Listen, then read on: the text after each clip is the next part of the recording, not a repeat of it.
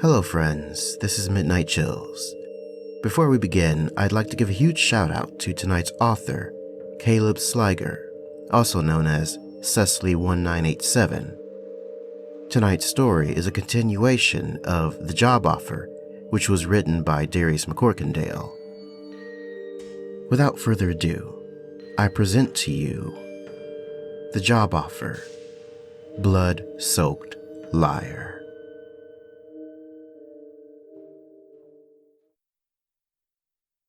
I sat and stared at my phone. An old faded Nokia brick. The boss suggested it, sitting in the middle of my dirty coffee table. It sat still as ever, quiet and unmoving like it had been for the past 3 days. But I knew day 3 always brought new work. Yes, I could have called in to work day after day, but I always got a one-off here and there. Mostly 1 day off, rarely 2. But never more than 3 days off in a row.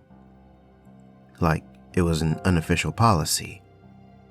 And today was day 3 of me sitting on my ass, waiting for the inevitable call. My first month of work had been a whirlwind of emotions. Mostly excitement, a lot of disgust, and a whole lot of what the fuckery. But I couldn't make up my mind if I hated it or loved it. That in of itself should be red flag to anyone getting to know me. The job was never the same, but it was mostly cleaning up desecrated and ripped up bodies. All mostly human. Mostly. There were some other things mixed in with the gory crime scenes, like limbs, claws, and appendages that would be more at home in the Mariana Trench or the pervy anime. I considered where I had come from, what I had been through, and where I was now. Being with killers. Not being a killer, but being with them. It was a groove I always found myself settling smoothly into all my life. Was it a curse? Or maybe like birds of a feather, right? My waxing poetic about my past was put on hold when the old school Nokia let out its angry buzz, vibrating across my glass tabletop. I picked it up to hear my boss's dead tone call to me. It seemed my boss's voice was always even, but with a hint of cruelty lurking behind his words, or the feeling he was enjoying a secret joke at my expense. "So glad to hear you pick up quickly. Shows initiative. I'm confident in saying you've shaken your initial unsureties." Once again, he was right, and I felt like he was laughing at me for it. I had considered quitting multiple times during the first month. I figured on giving them a good 3 months, a good quarter of a year, to make back their investment and time they put into me. And if I was super respectful, my replacement wouldn't be scrapping pieces of me into black plastic bags. A dark thought occurs. Maybe that was my first job. Cleaning up the last guy to give 3 months. "Hello? Is the phone we provided working correctly?" Yes, Mr. Elliot," I quickly responded. "I'm on board 100%. At first I thought I might not be a good fit for the team, but..." Good, Mr. Elliot interrupted, rolling over my thoughts and concerns like a man stepping on an ant as he walks towards a goal. "Well, no matter. No team today, just you. The request was for the highest discretion, so I needed my quickest and cleanest on the job." I kinda hated that I felt flattered. "And no team? Nice.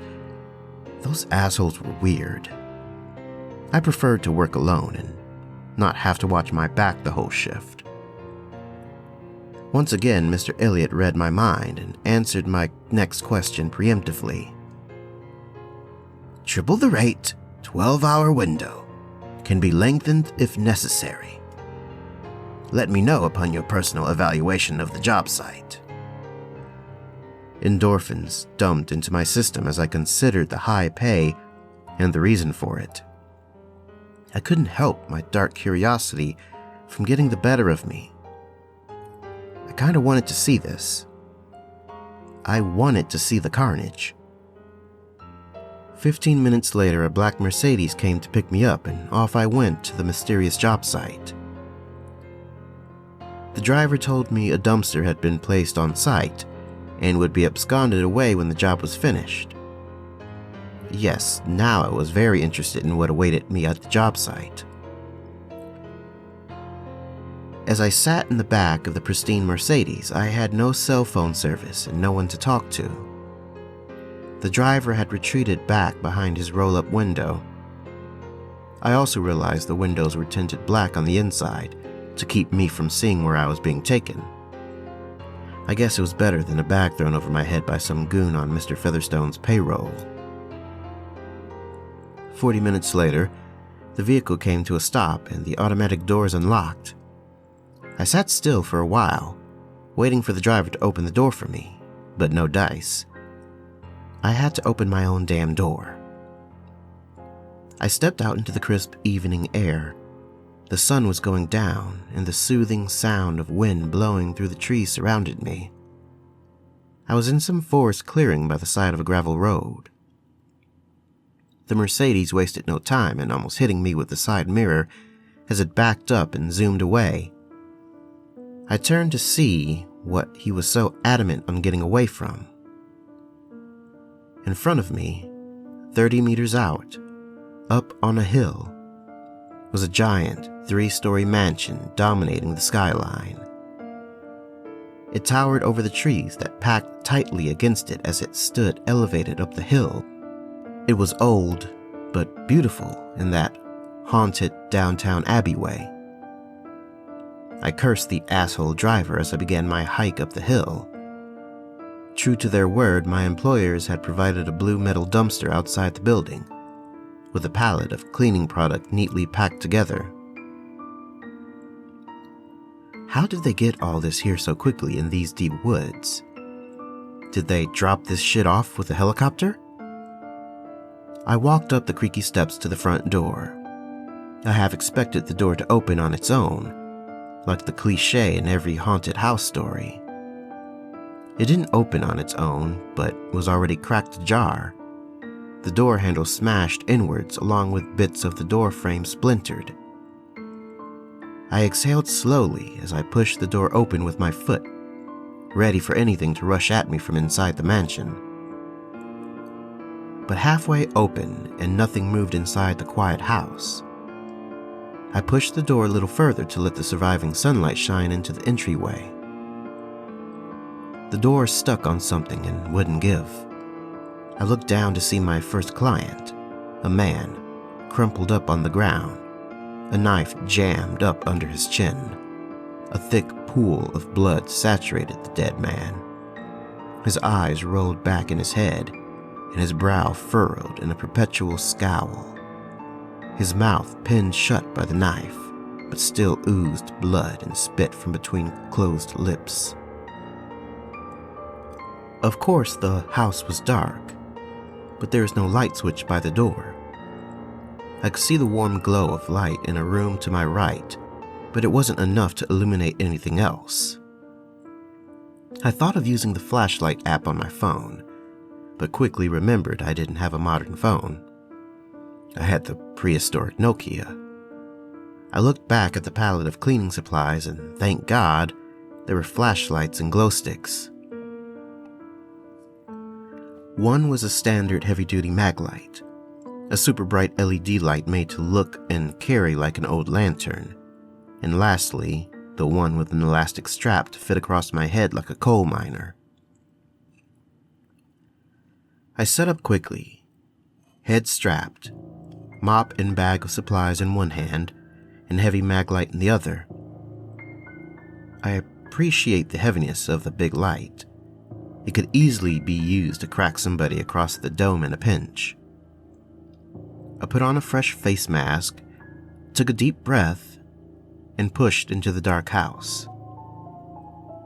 I cracked and dropped a green glow stick by Mr. Knife Chin at the door. Immediately, I was thrown off by the layout of the house. The front door opened up to a long hallway that ran straight across the house and into the shadows of the other end of the structure.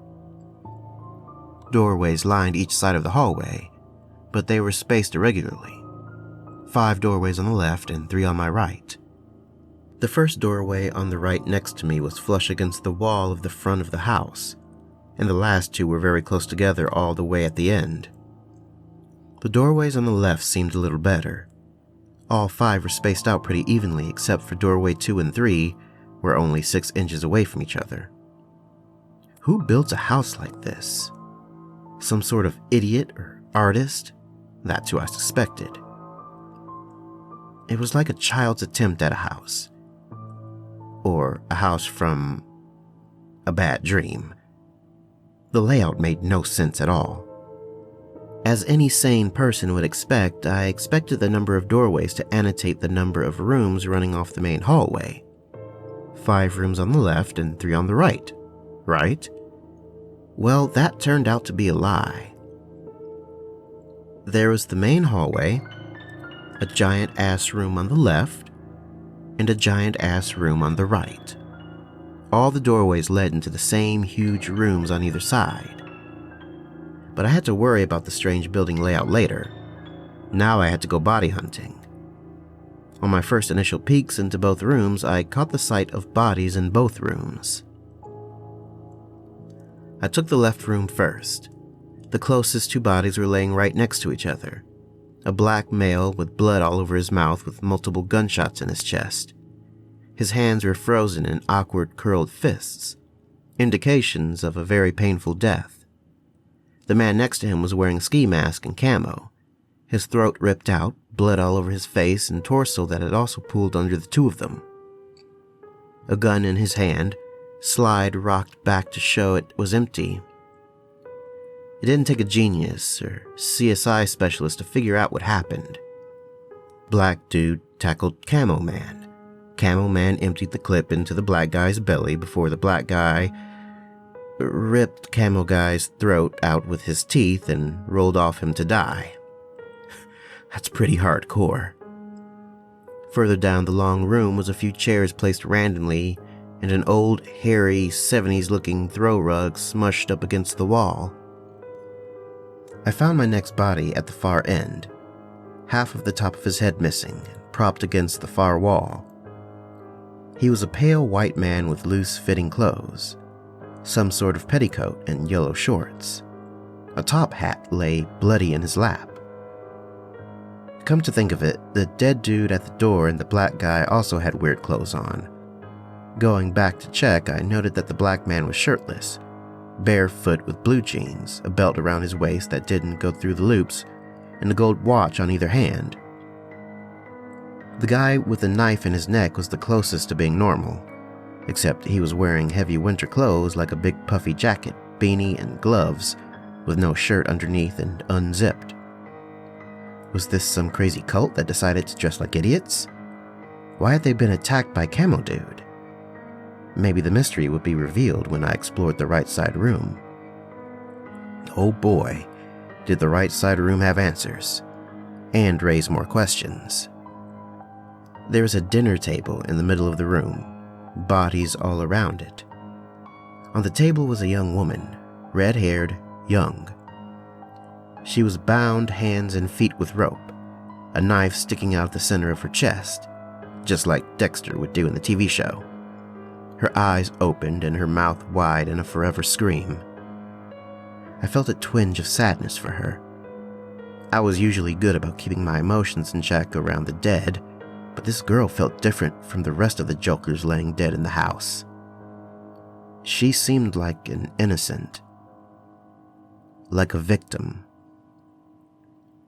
She was wearing torn rags of clothes that had been ripped off of her. Her shirt hung stretched and torn around her neck, exposing her stomach and bra. Her pants legs had been ripped long ways to reveal her calves. I leaned in closer, and to my horror, I saw that pieces of her legs had been ripped off, like something was eating her. This was a new sort of messed up for me. These guys were cannibals. Looking at the dead around the table, I counted 2 bodies with weird clothes and blood around their mouths and hands. They had both been shot with what looked like a shotgun by the pellet spread on both of them. I turned away to find the culprit that killed them. He was another camo-wearing guy crumpled by the doorway from leading out to the hallway. A shotgun was broken in half and the guy's left arm was just gone. The wall had dented inwards from where he had been thrown into it. His blood spattered all over the doorframe and ground. I counted 3 ejected shotgun shells near him, but only 2 dead. I searched for a third body, but never found one. Neither did I find the missing arm. No matter. My junior Matlock time was over. Now I had a job to do. There was cleaning to get done.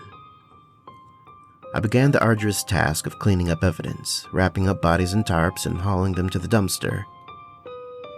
I doubled up on masks after mopping to spraying bleach everywhere. It wasn't until I was outside, bringing out the last body out. It was the redhead. I had saved her for last and treated her the most gentle as I stacked her on the pile of burrito-wrapped bodies. That's when I looked up and remembered the house was 3 stories. Oh shit! I have a whole 2 other floors to look into. I hadn't seen stairs or anything in the house to remind me, and I had been so disturbed by the weirdness of this job that I had tunnel visioned onto my work. How could I forget something that obvious? I was supposed to be good at my job. I turned on my headlamp and mag light and cursed as I stomped back towards the house. I had to make sure there was a way up to the 2nd and 3rd floor. Hopefully there were no bodies and I could end this job. Little did I know that the upper floors held something I had never come across in my short career. I found a survivor. Hello, friends. Thank you for listening, and I hope you enjoyed that story. If you did, please leave a thumbs up. Also, be sure to support the author. Check out their other works. Links are in the description. If you'd like to submit a story for me to narrate, consider joining my subreddit, r/midnightchills. You can also contact me on Twitter at chills_midnight, or you can email me directly at midnightchillsnarrator@gmail.com. I also have a Patreon page. If you're interested in supporting me over there, you can visit patreon.com/midnightchills. Over there, if you become a $5 patron, you will have access to uncensored MP3 downloads of all of the stories that I narrate. Well, friends, this is Midnight Chills signing off. I hope you all have a good night. And if you can't sleep, just chill.